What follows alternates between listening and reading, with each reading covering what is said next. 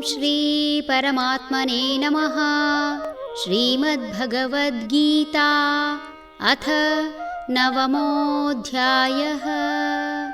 ರಾಜವಿದ್ಯಾ ರಾಜಗುಹ್ಯಯೋಗಃ.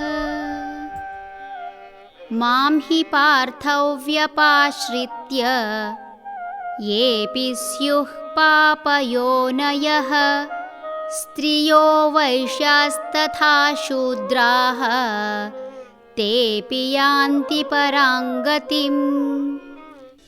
ಹೇ ಪಾರ್ಥ, ನನ್ನನ್ನು ಹೀಗೆ ಆಶ್ರಯಿಸುವ ಸ್ತ್ರೀಯರು, ವೈಶ್ಯರು, ಶೂದ್ರರು, ಪಾಪಿಗಳಾದರೂ ಸಹ ಉತ್ತಮ ಪದವಿಯನ್ನು ಪಡೆಯುವರು.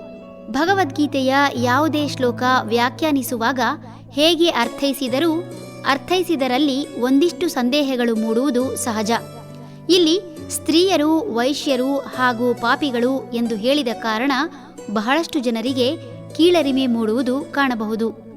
ಮೇಲಿನ ಪಂಥದವರನ್ನು ಅಥವಾ ಮೇಲ್ವರ್ಗದವರನ್ನು ಬಿಟ್ಟು ಎರಡನೇ ವರ್ಗದವರ ಜೊತೆಯಲ್ಲಿ ಹೆಂಗಸರನ್ನು ಹಾಗೂ ಪಾಪಿಗಳನ್ನು ಹೋಲಿಸಿ ಮಹಿಳೆಯರಿಗೆ ಹಾಗೂ ವೈಶ್ಯರಿಗೆ ಅಪಮಾನ ಮಾಡಿದಂತಲ್ಲವೇ? ಹಾಗಿದ್ದರೆ ಹೆಂಗಸರನ್ನು ಕೆಳವರ್ಗದವರೆಂದು ಹೇಳುತ್ತಿದ್ದಾನ ಭಗವಂತ? ಸಂದೇಹ ಮೂಡುವುದು ಸಹಜ. ಹೀಗೆ ಬೇರೆ ಬೇರೆಯಾಗಿ ಹೇಳುವುದಕ್ಕಿಂತ ಪ್ರತಿಯೊಬ್ಬರೂ ಉತ್ತಮ ಪದವಿ ಪಡೆಯುತ್ತಾರೆ ಎಂದಿದ್ದರೆ ಸಾಕಿತ್ತಲ್ಲವೇ? ಉದ್ದೇಶಪೂರ್ವಕವಾಗಿಯೇ ಹೇಳಲಾಗಿದೆಯೇ?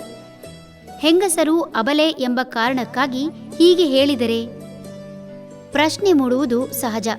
ಇಂತಹ ವಿಷಯಗಳನ್ನೇ ದೊಡ್ಡದು ಮಾಡಿ ಹಿಂದೂ ಧರ್ಮಗ್ರಂಥಗಳಲ್ಲಿ ಹೆಣ್ಣನ್ನು ಕೀಳಾಗಿ ಚಿತ್ರಿಸಲಾಗಿದೆ ಎಂಬ ಅರ್ಥವಿಲ್ಲದ ಪ್ರಲಾಪ ಮಾಡುವ ಬುದ್ಧಿಜೀವಿಗಳಿಗೇನೂ ಕಡಿಮೆಯಿಲ್ಲ. ಈ ಕಾರಣದಿಂದಲೇ ಯಾವುದನ್ನೂ ಅಪಾತ್ರರಿಗೆ ದಾನ ಮಾಡಬಾರದು ಎನ್ನುವುದು. ವಿಷಯವನ್ನು ಸರಿಯಾಗಿ ಗ್ರಹಿಸಿ ಅರ್ಥ ಮಾಡಿಕೊಂಡು ಇನ್ನೊಬ್ಬರಿಗೆ ಹೇಳುವ ಬದಲು ಯಾರನ್ನೋ ಮೆಚ್ಚಿಸಿ ಹಣ ಹಾಗೂ ಅಧಿಕಾರ ಪಡೆಯುವುದಕ್ಕೆ ಇಂತಹ ಒಂದು ಸಣ್ಣ ವಾಕ್ಯ ಸಾಕು. ಪ್ರತಿಯೊಂದು ಜೀವಿಯೂ ಇಹದಲ್ಲೂ ಹಾಗೂ ಪರದಲ್ಲೂ ಉತ್ತಮ ಪದವಿ ಪಡೆಯಲು ತನ್ನನ್ನು ಭಜಿಸುತ್ತಾ ತನ್ನ ಆಶ್ರಯದಲ್ಲಿ ಇದ್ದರೆ ಅದೇ ಸುಲಭ ಉಪಾಯ ಎನ್ನುತ್ತಿದ್ದಾನೆ ಭಗವಂತ. ಹರಿ ಓಂ ತತ್ಸತ್.